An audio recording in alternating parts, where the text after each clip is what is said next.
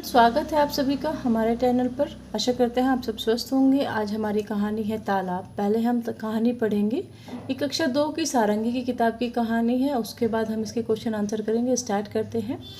इस तालाब का नाम छोटा तालाब है। यहाँ तुम्हें कई लोग दिखेंगे। केंचुए, सांप, केकड़े, मेंढक, कनखजूरे, 2 कछुए और उनके साथी बच्चे। मछलियाँ पता नहीं कितनी होंगी। मच्छर जैसे कई उड़ाकू तुम्हें वहाँ मिलेंगे। तितलियाँ, गिलहरियाँ, चींटियाँ, कभी कभी छिपकलियाँ और गिरगिट भी इधर चले आते हैं। तालाब के किनारे एक पेड़ है। इस पर मकड़ियों के जाले हैं और चिड़िया, उनका तो पूछो ही मत। कौवे, मैना, तोते, किंगफिशर और फाख्ता। आजकल सर्दियों के दिन हैं। मैं रोज़ इस तालाब को देखने आती हूँ। यहाँ इन दिनों सारस आए हुए हैं। छोटे तालाब पर खूब चहल पहल है। थोड़े दिनों बाद सारस चले जाएंगे। तब तालाब को इन सब की कितनी याद आएगी। अब बात कर लेते हैं यहाँ पे इस तालाब को छोटा तालाब क्यों कहते होंगे। तालाब का आकार छोटा रहा होगा या क्या? 2 इसके रीजन हो सकते हैं कि चाहे तो उसका आकार छोटा हो या पहले क्या करते थे, किसी का भी नाम रख देते थे ऐसे ही छोटू मोटू कुछ। तो तालाब का नाम किसी ने छोटा रख दिया है तो इसलिए छोटा ही शायद उसका नाम पड़ गया होगा। इस तालाब में कौन कौन से जीव है? तालाब में सांप, केकड़े, मेंढक, कनखजूरे, कछुए और मछलियाँ हैं।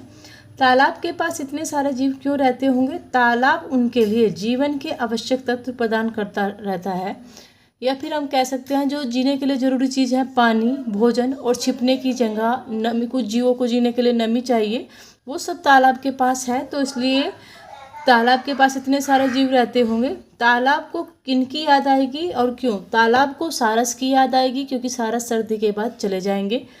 कहानी के इस वाक्य में उड़ाकू का अर्थ क्या हो सकता है? उड़ाकू यानी कि जो उड़ने वाले छोटे जीव हैं, जैसे मच्छर। उड़ाकू शब्द मच्छर के लिए प्रयोग किया था। और जैसे मच्छर हैं, तितलियां हैं, छोटे छोटे होते हैं, उन्हें पंख बोलते हैं।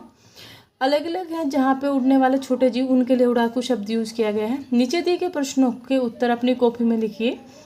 सही या गलत पर घेरा लगाइए और कारण भी बताइए। ये सारा हमेशा उसी छोटे तालाब के पास रहेंगे, ये गलत है।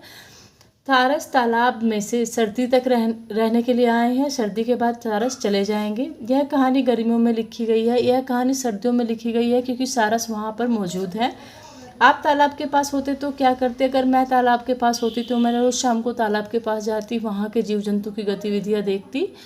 और जीवों को देखना बच्चों को बहुत पसंद होता है।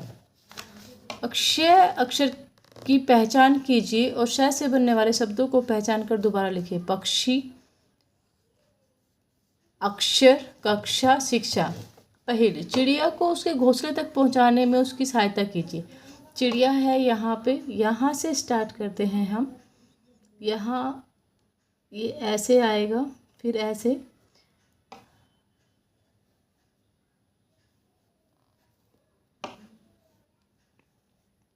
और ये चिड़िया अपने घोंसले में पहुंच गई है।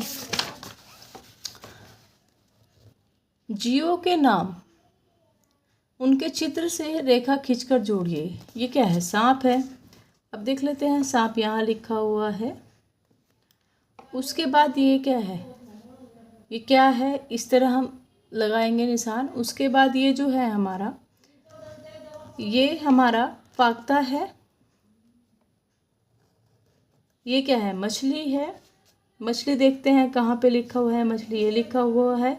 ये क्या है? केचुआ है। ये कौवा है। अब इधर से बात कर लेते हैं, ये किंगफिशर है। सारस, केचुआ और मैना। आशा करते हैं आपको वीडियो पसंद आई होगी। लाइक कीजिए, शेयर कीजिए, सब्सक्राइब कीजिए। धन्यवाद।